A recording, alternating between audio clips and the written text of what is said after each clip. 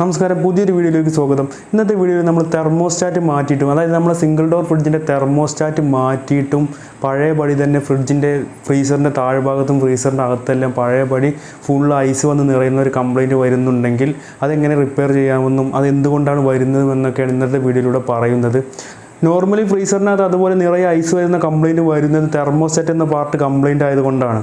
അപ്പോൾ ഈ തെർമോസ്റ്റാറ്റ് മാറ്റി വെക്കുന്ന ഒരു വീഡിയോ നമ്മൾ നേരത്തെ ചെയ്തിട്ടുണ്ട്. അതിൻ്റെ ലിങ്ക് ഈ വീഡിയോയുടെ ഡിസ്ക്രിപ്ഷനിൽ കൊടുത്തേക്കാം. പക്ഷേ ഈ വീഡിയോ കണ്ടതിന് ശേഷം മാത്രമേ ആ വീഡിയോ കണ്ടിട്ട് കാര്യമുള്ളൂ. കാരണം നമ്മൾ നേരെ അത് പോയി ചെയ്യാൻ നിന്ന് കഴിഞ്ഞാൽ ഇതുപോലത്തെ ഒരു അവസ്ഥ വരും. അപ്പം ഈ വീഡിയോയിൽ പറയുന്നത് തെർമോസ്റ്റാറ്റ് മാറ്റിയിട്ടും പഴയപടി തന്നെ ഐസ് വരുന്നുണ്ടെങ്കിൽ ആ പ്രോബ്ലമാണ് ഈ വീഡിയോയിലൂടെ പറയുന്നത്.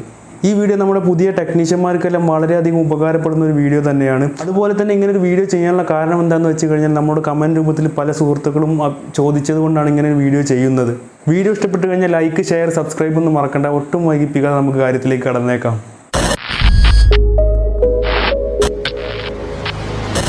നമ്മൾ ഈ തെർമോസ്റ്റാറ്റ് മാറ്റുന്നതിന് മുന്നേ പ്രധാനപ്പെട്ട 2-3 കാര്യം ശ്രദ്ധിക്കാത്തത് കൊണ്ടാണ് തെർമോസ്റ്റാറ്റ് മാറ്റിയിട്ട് നമ്മുടെ ഫ്രിഡ്ജിന് ഇതുപോലൊരു കംപ്ലയിൻറ്റ് വരുന്നത്. അപ്പോൾ നമ്മൾ ഈ വീഡിയോയിൽ പറയുന്ന കാര്യങ്ങൾ കേൾക്കുമ്പോൾ നിങ്ങൾക്ക് ചിലപ്പോൾ തോന്നിയേക്കാം ഇത് മറ്റുള്ള വീഡിയോയിൽ പറഞ്ഞ കാര്യങ്ങൾ തന്നെയാണല്ലോ വീണ്ടും പറയുന്നതെന്ന്. പക്ഷേ ഈ ഫ്രിഡ്ജിൻ്റെ കാര്യത്തിൽ എല്ലാ കാര്യങ്ങളും ഇങ്ങനെ കണക്റ്റഡായി കിടക്കുന്നത് കൊണ്ട് നമുക്ക് ആ കാര്യങ്ങളൊന്നും ഒഴിവാക്കാൻ പറ്റത്തില്ല. അതും കൂടി കൂട്ടിച്ചേർത്ത് പറഞ്ഞാലേ നമ്മുടെ ഭാഗം കറക്റ്റ് ആവത്തുള്ളൂ.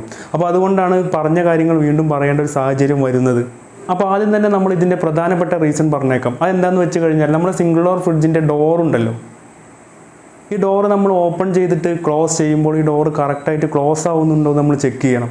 ഇങ്ങനെ ക്ലോസ് ആവുന്നില്ല എന്നുണ്ടെങ്കിൽ നമ്മൾ മൈന്യൂട്ട് ഗ്യാപ്പ് മതി, വലിയ ഗ്യാപ്പൊന്നും വേണ്ട. നമ്മൾ ചിലപ്പോൾ അറിയാത്ത തരത്തിലുള്ള ഗ്യാപ്പുകളൊക്കെ ആയിരിക്കും, നമുക്ക് പെട്ടെന്ന് കാണാൻ പറ്റാത്ത തരത്തിലുള്ള ഗ്യാപ്പുകളൊക്കെ ആയിരിക്കും ഡോറിനുണ്ടായിരിക്കുക. അപ്പോൾ അങ്ങനത്തെ ഗ്യാപ്പ് മതി നമ്മൾ ഈ പ്രോബ്ലം ഉണ്ടാക്കാൻ വേണ്ടിയിട്ട്.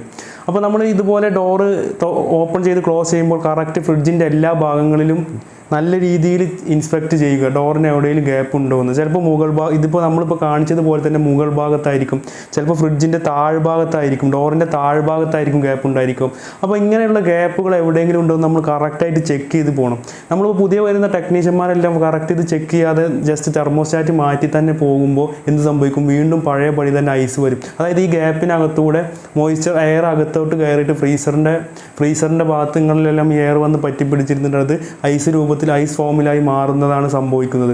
അപ്പോൾ ഈ ഗ്യാപ്പ് കറക്റ്റ് ഇല്ല എന്ന് നമ്മൾ ഉറപ്പ് വരുത്തിയതിന് ശേഷം മാത്രം തെർമോസ്റ്റാറ്റ് മാറ്റി വെക്കുക. ഇനി രണ്ടാമത്തെ കാര്യം, അത് നോർമലി എല്ലാ ടെക്നീഷ്യന്മാർക്കും എല്ലാവർക്കും അറിയുന്നുണ്ടായിരിക്കും. നമ്മൾ ഫ്രീസർ ഡോർ ഇല്ലാതെ നമ്മൾ തെർമോസ്റ്റാറ്റ് മാറ്റി വെച്ചിട്ടൊരു കാര്യവുമില്ല. അപ്പോൾ നമ്മൾ തെർമോസ്റ്റാറ്റ് മാറ്റി വെക്കുന്നതിന് മുന്നേ എന്തായാലും ഫ്രീസർ ഡോർ ഫിറ്റ് ചെയ്യേണ്ടതാണ്. അപ്പോൾ ഫ്രീസർ ഡോർ ഫിറ്റ് ചെയ്യുന്ന ഒരു വീഡിയോ നമ്മൾ നേരത്തെ അപ്ലോഡ് ചെയ്തിട്ടുണ്ട്. അതിൻ്റെ ലിങ്ക് ഞാൻ ഈ വീഡിയോയുടെ ഡിസ്ക്രിപ്ഷനിൽ കൊടുത്തേക്കാം.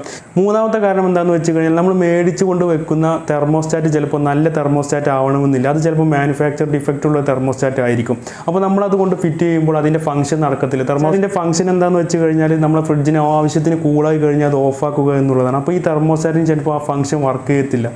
അപ്പോൾ ഇങ്ങനെയുള്ള തെർമോസ്റ്റാറ്റ് വെച്ച് കഴിഞ്ഞാലും നമ്മുടെ ഈ ഒരു പ്രോബ്ലം വരും. അപ്പോൾ നമ്മൾ ആദ്യം പറഞ്ഞ ആ 2 കാര്യങ്ങൾ നിർബന്ധമായും ശ്രദ്ധിച്ചു കഴിഞ്ഞാൽ നമ്മൾ ടെക്നീഷ്യന്മാരുടെ ഒരുവിധം പ്രശ്നങ്ങളെല്ലാം മാറിക്കിട്ടും തെർമോസ്റ്റാറ്റ് മാറ്റി വെക്കുന്ന വിഷയത്തിലുള്ളത്. ഈ മൂന്നാമത്തെ കാര്യം, അത് നമുക്ക് ഒരിക്കലും പ്രിഡിക്റ്റ് ചെയ്യാൻ പറ്റാത്ത കാര്യമാണ്. മാനുഫാക്ചർ ഡിഫക്റ്റ് വന്ന തെർമോസ്റ്റാറ്റ് നമുക്ക് ഒരിക്കലും മനസ്സിലാക്കാൻ പറ്റത്തില്ല. അത് ഫ്രിഡ്ജിൻ്റെ മേലെ ഫിറ്റ് ചെയ്താൽ മാത്രമേ നമുക്ക് മനസ്സിലാക്കാൻ പറ്റത്തുള്ളൂ. അപ്പോൾ അങ്ങനെ വന്നു കഴിഞ്ഞാൽ നമ്മളത് റീഫിറ്റ് ചെയ്ത് കൊടുക്കേണ്ടത് നമ്മളെ കടമയാണ്, ചെയ്ത് കൊടുക്കുക. ഇനി നമ്മൾ ഫസ്റ്റ് പറഞ്ഞ ഡോറിൻ്റെ സംഭവം റിപ്പയർ ചെയ്യേണ്ടത് എങ്ങനെയെന്ന് വെച്ച് കഴിഞ്ഞാൽ നമ്മൾ ബീഡിങ്ങിൻ്റെ കുഴപ്പം കൊണ്ടായിരിക്കും, ഡോർ ബീഡിങ്ങിൻ്റെ കുഴപ്പം കൊണ്ടായിരിക്കും ചിലപ്പോൾ നമ്മുടെ ഡോർ ക്ലോസ് ആവാതിരിക്കുക. അപ്പോൾ ആ ഡോർ ബീഡിങ് ശരിയാക്കി കഴിഞ്ഞാൽ അത് നമ്മുടെ ഡോർ കറക്റ്റായിട്ട് ക്ലോസ് ആവും.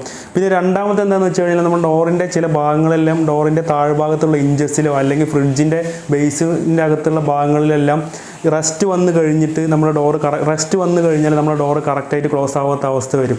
അപ്പോൾ നമ്മൾ ആ റസ്റ്റ് വന്ന ഭാഗം പാച്ച് വർക്ക് ചെയ്ത് മാറ്റുകയോ അല്ലെങ്കിൽ ഇഞ്ചസ് എല്ലാം മാറ്റിയിട്ട് പാച്ച് വർക്ക് ചെയ്ത് മാറ്റുകയൊക്കെ ചെയ്ത് കഴിഞ്ഞാൽ ആ സംഭവം ശരിയാവും. അതായത് അപ്പോൾ ഡോറ് കറക്റ്റായിട്ട് ക്ലോസ് ആവും. പിന്നെ ഫ്രീസർ ഡോറിൻ്റെ കാര്യമാണ്, അതിൻ്റെ ലിങ്ക് നമ്മൾ താഴെ കൊടുക്കുന്നുണ്ട്. അത് വീഡിയോ എടുത്ത് കണ്ടാൽ മതി സംശയമുള്ളവർ. ഇന്നത്തെ വീഡിയോയിൽ ഇത്ര കാര്യങ്ങളൊക്കെയാണ് പറയാനുള്ളത്. വീഡിയോ ഇഷ്ടപ്പെട്ട് കഴിഞ്ഞാൽ ലൈക്ക് ചെയ്യാനും ഷെയർ ചെയ്യാനും സബ്സ്ക്രൈബ് ചെയ്യാനൊന്നും മറക്കണ്ട. അപ്പോൾ അടുത്ത മറ്റൊരു വീഡിയോയുമായി വീണ്ടും കാണാം. ബൈ.